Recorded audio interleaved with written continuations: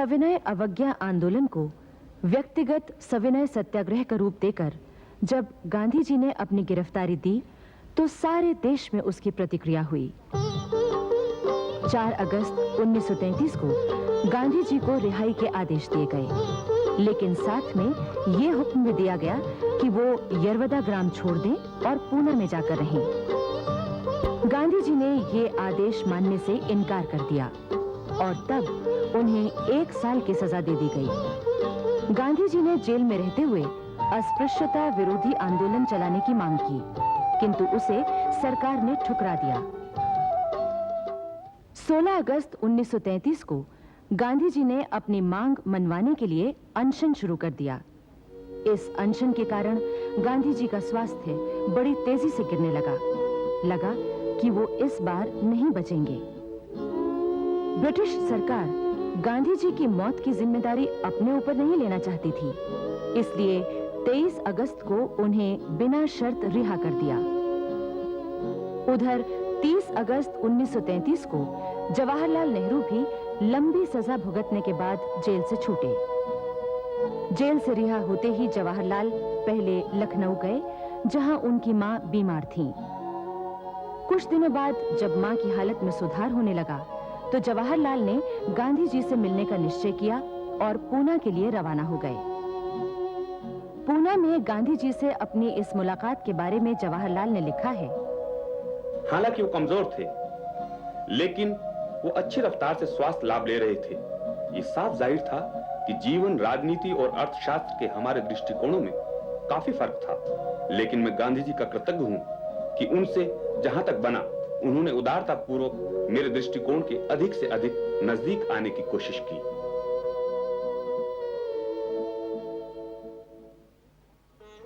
गांधी जी ने जब से जेल से अस्पृश्यता विरोधी आंदोलन चलाया था, तब से देश में इसकी व्यापक प्रतिक्रिया हुई थी।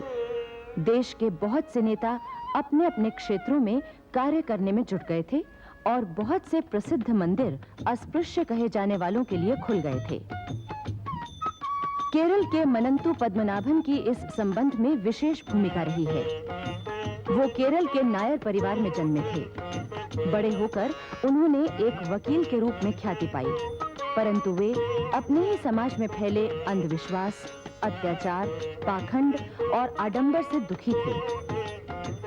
उन्होंने इसे दूर करने के लिए सन 1914 में नायर सर्विस सोसाइटी बनाई। उन्होंने कहा, मैं नायर समाज की उन्नति के लिए निरंतर प्रयत्न करता रहूंगा। इस प्रकार के प्रयत्नों में मैं ऐसा कुछ न करूंगा जिससे अन्य समाज के लोगों का अहित हो। पद्मनाभन ने समाज सेवा के प्रति अपने को इस तरह समर्पित कर दिया कि एक दिन भरी सभा में उन्होंने वकालत छोड़ने की घोषणा कर दी।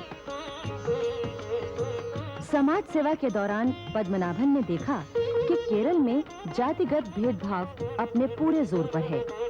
अस्पृश्य कहे जाने वालों को वहां सड़कों पर भी स्वतंत्रता पूर्वक चलने फिरने की अनुमति नहीं है। मंदिरों में प्रवेश करने की बात तो दूर थी।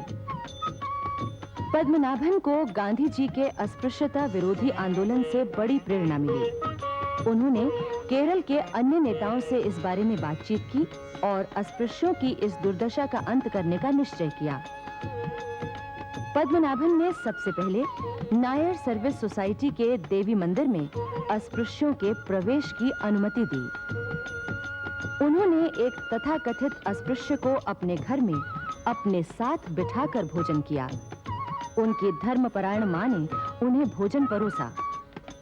उसके बाद जूठी थाली भी धोई। इस प्रकार पद्मनाभन ने अस्पृश्यता निवारण की दिशा में स्वयं पहल की। महात्मा गांधी के अनुरोध पर पद्मनाभन और अन्य नेताओं ने वैक्कम के प्रसिद्ध मंदिर के सामने सत्याग्रह शुरू किया। पद्मनाभन के प्रयत्नों के कारण ही त्रावणकोर के तत्कालीन महाराजा ने बाद में सभी हिंदू धर्मावलंबियों को मंदिरों में दर्शन करने की अनुमति दी। केरल के इतिहास की ये एक महत्वपूर्ण घटना थी। पद्मनाभन अपनी ऐसी ही अनेक सेवाओं के कारण केरल के भीष्म पितामह कहलाए। आपको याद होगा कि 6 जनवरी 1933 को सत्याग्रह के दौरान डॉक्टर राजेंद्र प्रसाद को गिरफ्तार किया गया था और उन्हें 15 महीने की सजा हुई थी। जेल में वो दमा से पीड़ित हुए और डॉक्टरों की सलाह पर 17 जनवरी 1934 को उन्हें रिहा कर दिया गया। किंतु उन्हें क्या मालूम था कि जेल से बाहर निकलने पर उन्हें एक दिल दहला देने वाली विभीषिका के दर्शन होंगे और अपनी बीमारी का ख्याल छोड़कर उन्हें रात दिन फिर से जनता की सेवा में जुटना होगा। 15 जनवरी 1934 को बिहार में भयानक भूकंप आया। यूं तो इस भूकंप के झटके कानपुर, इलाहाबाद और बनारस तक में महसूस किए गए थे, किंतु इसका सबसे ज्यादा प्रभाव पटना, मुजफ्फरपुर, मुंगेर और दरभंगा जिलों में हुआ था। डॉक्टर राजेंद्र प्रसाद ने अपने दौरे में देखा कि हजारों घर बर्बाद हो गए हैं। चारों तरफ खंडर ही खंडर नजर आते हैं। जहां तालाब, नदियां, झीलें थीं, वहां रेत के टीले बन गए हैं।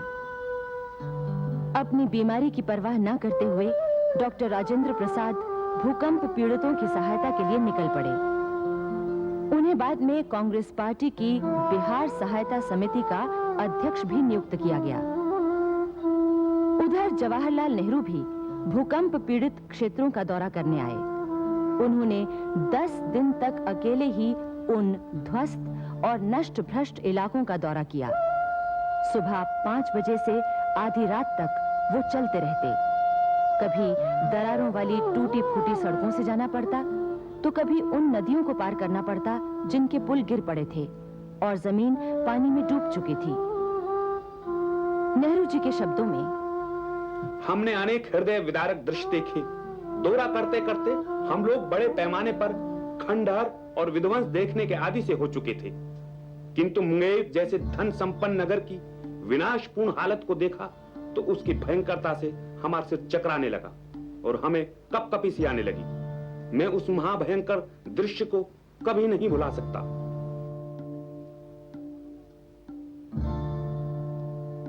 जवाहरलाल नेहरू भूकंप पीड़ित इलाकों में जाने से पहले कलकत्ता भी गए थे।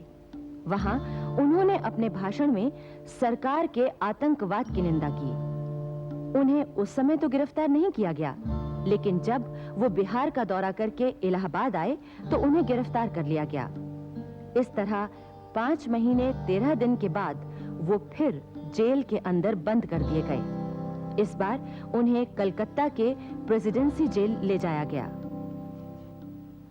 18 और 19 मई 1934 को पटना में अखिल भारतीय कांग्रेस कमेटी की बैठक हुई, जिसमें गांधी जी ने सत्याग्रह स्थगित करने की घोषणा की।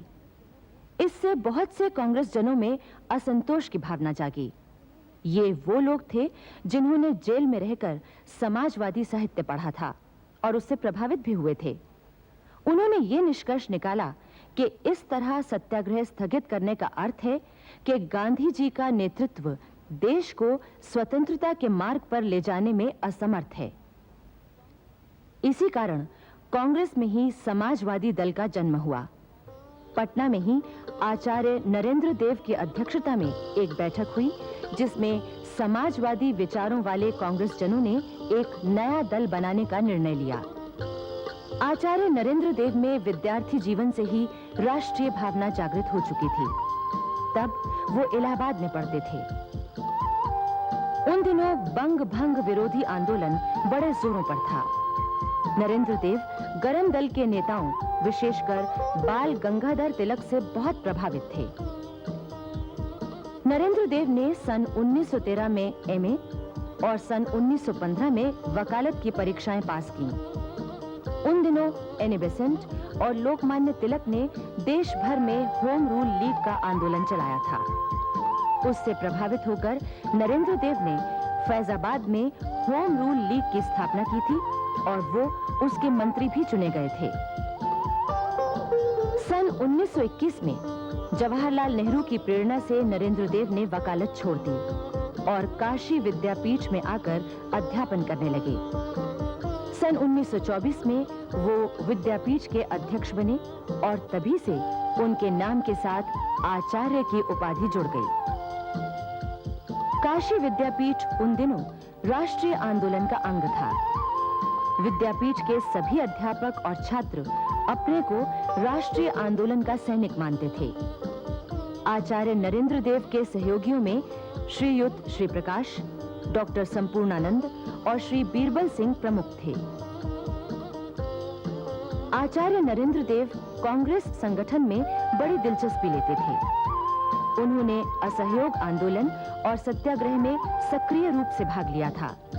इस कारण वो सन 1930, 1931 और 1932 में 3 बार जेल गए।